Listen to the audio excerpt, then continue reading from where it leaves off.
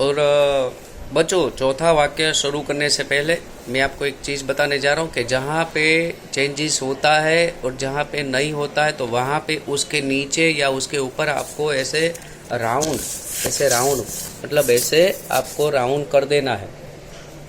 मतलब कि मैं आपको दिखाऊँ, शायद आप देख सकते हो, बराबर। ऐसे आपको राउंड लगा देना है।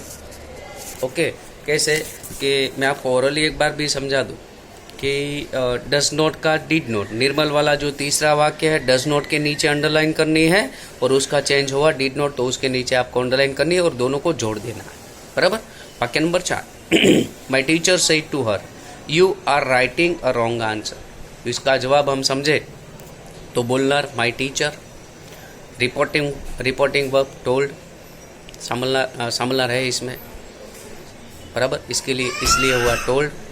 संभलनार है हर और संयोजक दैट लगा तो इन्वर्टेड कॉमा निकल गया। अब वाक्य में देखो तो वाक्य में सबसे पहले यू है, मतलब सब्जेक्ट यू है।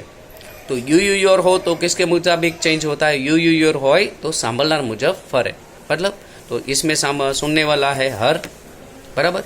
तो हर का सब्जेक्ट कौन होता है? शी।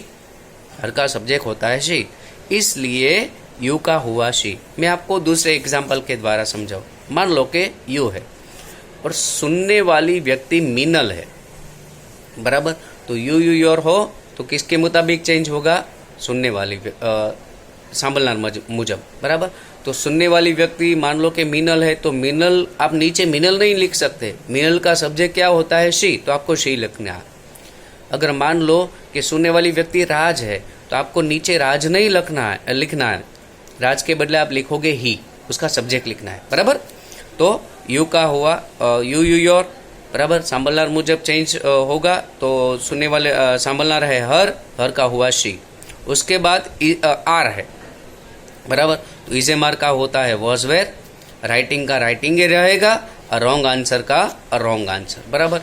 एक तरफ से हम देखें तो जो डायरेक्ट स्पीच का वाक्य है वो है चालू वर्तमान काल में और ऑटोमेटिकली उसका हो गया चालू भूतकाल, बराबर।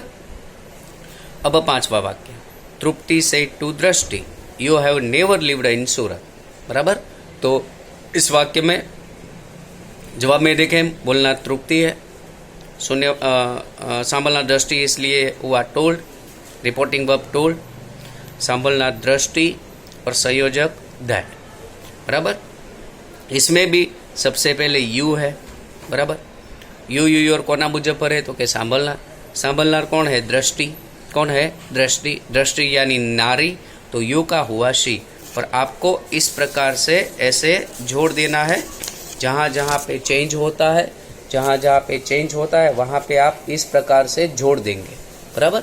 राउंड करके जोड़ देंगे तो आपको पता चले कि इस शब्द का क्या चेंज हो। यू का हुआ शी, हैवेस का चेंज होता है हैड, नेवर का नेवर, लिव्ड का लिव्ड, इंश्योरेंस का इंश्योरेंस। टेंस के हिसाब से देखें तो आप अंदर देख सकते हो पूर्ण वर्तमान काल का चेंज हुआ पूर्ण भूतकाल में। Okay. Parag said, I lost my pen yesterday Pritam. इसमें देखो कि सुनने वाला व्यक्ति है ना वो प्रीतम है, क्योंकि प्रीतम का नाम इन्वर्टेड कॉमा के बाहर है। कभी कभार ऐसा भी हो सकता है। ओके, तो बी केयरफुल। बोलनार पराग, रिपोर्टिंग वर्ब टोल्ड, संभलनार प्रीतम और संयोजक रहेगा दैट। अब वाक्य की शुरुआत करें तो सबसे पहले है आई मीमाई कोना मुजब पर है बोलनार है पराग यानी कि नर जाति, तो या आई का हुआ ही। उसके बाद लॉस्ट है, बराबर। इस वाक्य में आप जरा ज्यादा गौर करना। लॉस्ट यानी V2, लूज लॉस्ट, तो लॉस्ट यानी V2, तो V2 का होता है हेड प्लस V3। इस प्रकार के चेंजेस में ये जो V2 का हेड प्लस V3 होता है, इस चेंजेस में बहुत सारे स्टूडेंट है वो गलती कर बैठते हैं और यहाँ पे ही स्टूडेंट्स के मार्क्स जाते हैं, बराबर। तो आपको वर्ब फॉर्म भी बराबर याद होने चाहिए कि ये V1 है, V2 है या V3 है, बराबर।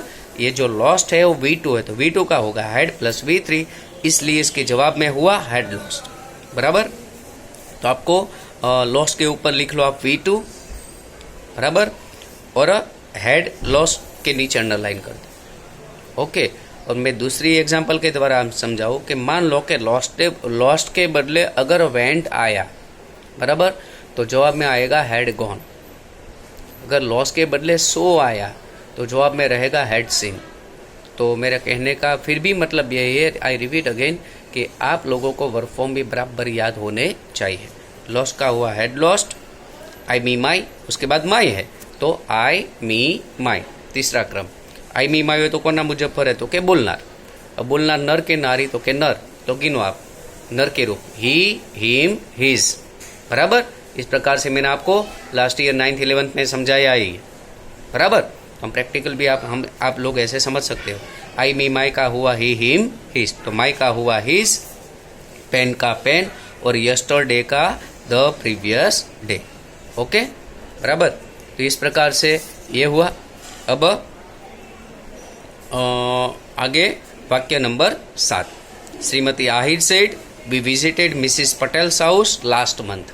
ओके, इसका जवाब इस प्रकार रहेगा, आपके सामने जवाब है, देखो अंदर। बोलना Shrimati Ahir, reporting verb said, कोई सुनने वाला नहीं है इसलिए टोल नहीं होगा, सेड का सेड, सुनने वाला कोई नहीं है, और संयोजक रहेगा दैट। वी का हुआ दे, बराबर। वी एस अवर का दे देन देर होता है, ये आप लोग टेबल 1 में सीख चुके हो। वी का दे, विजिटेड का हुआ हैड विजिटेड, क्योंकि विजिटेड वो V2 है, तो V2 का होता है हैड प्लस V3। विजिटेड का had visited Mrs Patel's house last month का द प्रीवियस मंथ। ओके, बराबर। बाकी के जो 3 सेंटेंस है, सेंटेंस नंबर 8, 9 और 10 मैं आपको आगे के वीडियो में समझाने जा रहा हूँ। So don't go away, B with me. Okay.